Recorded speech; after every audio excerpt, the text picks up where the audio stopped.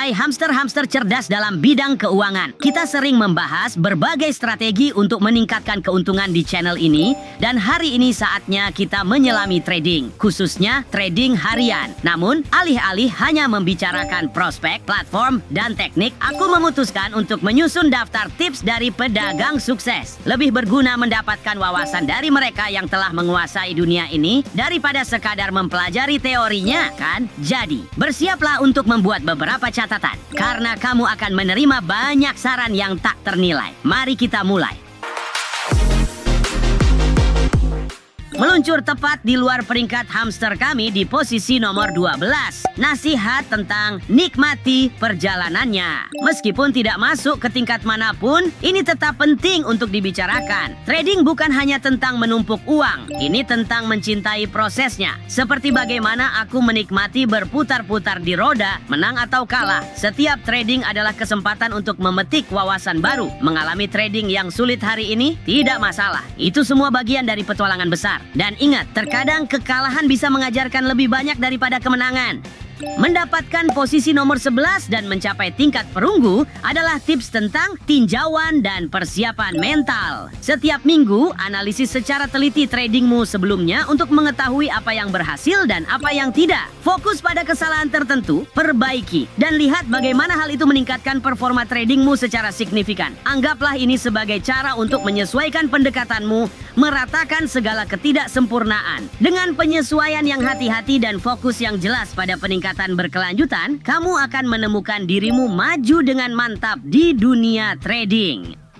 Mencapai tingkat perak di posisi nomor 10, kita merangkul mentalitas hanya yang terbaik. Kapanpun aku masuk ke platform tradingku, tujuanku bukan hanya untuk hiburan. Aku mencari pilihan utama. Aku fokus untuk bertransaksi hanya dengan trade yang benar-benar menonjol. Seolah-olah aku memetik stroberi terbesar dan paling berair dari kebun. Mengompromikan untuk yang kurang baik tidaklah menjadi pilihan untuk hamster ini. Pendekatan selektif ini memastikan setiap langkah yang kuambil terencana untuk memaksimalkan potensi laba.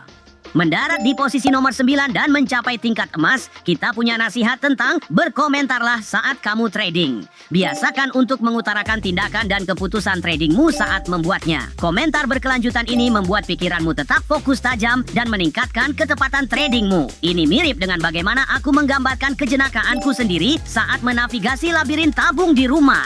Dengan berbicara melalui proses, jika suatu pengaturan tampak tidak tepat, aku mengingatkan diri untuk berhenti dan menilai kembali. Metode ini memastikan bahwa aku selalu sadar akan pilihan perdaganganku dan mendorong pendekatan yang bijaksana terhadap setiap langkah. Mencapai tingkat platinum dan menempati posisi ke-8 adalah tips yang disebut jangan terjebak. Jika kamu terkena stop loss, jangan terlalu memikirkannya. Sebaliknya, lupakan dan segera mulai mencari peluang signifikan berikutnya. Hindari terjebak dalam mitos pasar seperti pemburu stop. Fokuskan energimu untuk menyusun strategi dan memperdalam pemahaman tentang dinamika pasar. Anggaplah setiap stop loss sebagai pengaturan ulang strategis daripada kemunduran. Pergeseran pola pikir ini mendorong ketahanan dan perencanaan proaktif, memastikan kamu selalu siap untuk memanfaatkan pergerakan pasar berikutnya. Meraih tingkat diamond di posisi nomor 7 adalah tips tentang angan-angan dapat membunuhmu. Saat trading, penting untuk terlibat dengan pasar di masa kini. Bukan seperti yang kamu harapkan atau inginkan. Ini mirip dengan aku yang bermimpi menemukan almond, tapi berakhir dengan kacang tanah. Meskipun almond mungkin pilihanku, kacang tanah tetaplah suguhan yang lezat. Terimalah yang tersedia, sesuaikan strategimu dengan itu, dan tumbuhlah. Bermimpi besar, boleh saja, tapi landasilah tradingmu dalam realitas. Pendekatan pragmatis ini membantu mencegah kesalahan mahal yang didorong oleh ekspektasi yang tidak realistis dan memastikanmu selalu berdagang berdasarkan kondisi pasar yang sebenarnya. Mencapai tingkat epic di posisi ke-6, kita berfokus pada nasihat tentang lebih baik stop loss yang kecil. Untuk apa membiarkan risikomu menjadi di luar kendali? Kendalikan stop lossmu dengan ketat. Ini mirip dengan aku yang mengemas dengan hati-hati jumlah makanan yang tepat untuk perjalanan sehari. Jika berlebihan, aku akan keberatan. Jika kekurangan, aku akan lapar. Dengan menjaga stop loss tetap ketat dan terkelola, kamu mengoptimalkan kemampuanmu untuk bergerak dengan cepat dan bereaksi terhadap perubahan pasar sambil memberi kesempatan pada keuntunganmu untuk tumbuh. Strategi ini memastikan keseimbangan dalam pendekatan perdaganganmu, memungkinkanmu memanfaatkan peluang tanpa terhalang oleh kerugian hebat. Memanjat ke tingkat legendaris di posisi kelima, prinsipnya adalah targetmu harus dalam gerakan tipikal. Selalu tetapkan tujuan tradingmu dalam kisaran yang umumnya dapat dicapai, seperti mengincar cabang yang dalam jangkauan daripada puncak pohon tertinggi. Menetapkan target realistis meningkatkan peluangmu untuk sering sukses, seperti mencapai dahan yang lebih dekat, membuatnya lebih mudah untuk meraih suguhan lezat itu. Pendekatan ini mendorong penetapan tujuan yang cerdas dan dapat dicapai, memungkinkanmu untung lebih konsisten. Ini tentang membuat keputusan cerdas yang sejalan dengan perilaku pasar, meningkatkan kemampuanmu untuk berhasil secara reguler.